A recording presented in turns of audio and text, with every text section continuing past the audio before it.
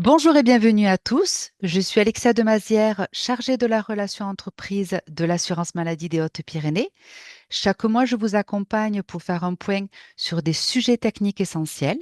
Aujourd'hui, nous allons parler du tableau de bord en DSN et du bordereau de paiement des indemnités journalières lorsque le paiement est en subrogation.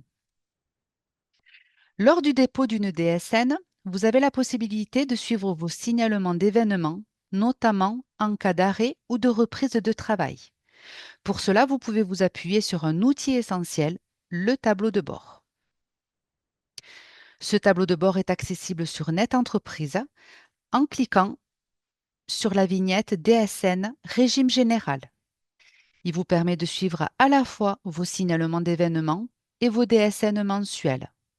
C'est un outil indispensable pour vérifier la bonne transmission de vos déclarations de l'assurance maladie. Petite précision importante, certaines informations peuvent également apparaître dans votre logiciel de paye. Cependant, selon l'éditeur, ces données peuvent être partielles ou ne pas refléter l'ensemble des anomalies. Il est donc recommandé, surtout au début, de comparer avec le tableau de bord afin de vous assurer de la fiabilité de votre suivi. Une fois le tableau de bord, sélectionnez Signalement d'événements, puis cliquez sur la loupe pour afficher la liste de vos envois. Par défaut, seuls les signalements des 15 derniers jours sont visibles, mais vous pouvez affiner votre recherche en utilisant les filtres disponibles. Pour consulter le détail d'un signalement, cliquez sur la seconde loupe. Vous accéderez alors aux différentes étapes de traitement ainsi qu'au bilan associé. Le bilan de traitement est un élément clé. Il vous permet d'identifier d'éventuelles anomalies et de savoir si une action est attendue de votre part. Point de vigilance. La coche verte ou le certificat de conformité signifie uniquement que votre déclaration respecte la norme NEODES. Cela ne garantit pas que votre signalement a bien été reçu ou traité par l'assurance maladie. Il est donc indispensable de consulter systématiquement les bilans de traitement disponibles pendant 3 mois. Il existe 3 types de bilans.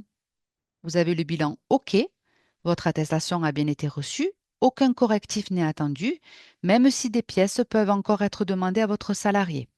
Il y a également le bilan KO, votre attestation a été reçue mais comporte une anomalie.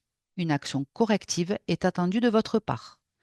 Et ensuite, il y a le bilan ANO, une anomalie bloquante empêche la transmission. L'assurance maladie n'a pas reçu votre attestation. Concrètement, en cas de bilan KO, vous devez transmettre une attestation rectificative. Si l'anomalie concerne le risque, le dernier jour de travail ou la subrogation, il faut donc privilégier un signalement DSN, annule ou remplace. Si elle concerne les salaires ou les primes, saisissez une attestation rectificative sur Net Entreprise. En cas de bilan anneau, vous devez transmettre une nouvelle attestation. Ces situations sont souvent liées à un problème de paramétrage. Il est conseillé de faire le point avec votre éditeur de logiciel de paye. Lorsque votre signalement est bien reçu, vous recevez un compte rendu métier par mail, valide, en cours de traitement ou invalide. Pensez bien à vérifier l'adresse mail renseignée dans Net Entreprise et dans votre DSN au bloc 07. Enfin, quelques erreurs fréquentes à éviter. Pour les salaires établis absents ou erronés, il faudra vérifier le paramétrage de votre logiciel. Pour le dernier jour travaillé incorrect, sachez qu'il correspond en général à la veille de l'arrêt. Pensez à alimenter la date de reprise réelle de votre salarié. En effet, si cette date de reprise est absente, cela peut générer à tort une attestation d'arrêt de travail au-delà de 6 mois. Et enfin, si vous avez déjà effectué un signalement d'arrêt DSN, inutile de saisir une attestation de salaire sur Net Entreprise, sauf à la demande de l'assurance maladie. Une fois votre signalement correctement transmis et suivi via le tableau de bord, vous pouvez aller plus loin en suivant les paiements des indemnités journalières si vous pratiquez la subrogation. C'est justement l'objectif du bordereau de paiement des indemnités journalières ou BPIJ.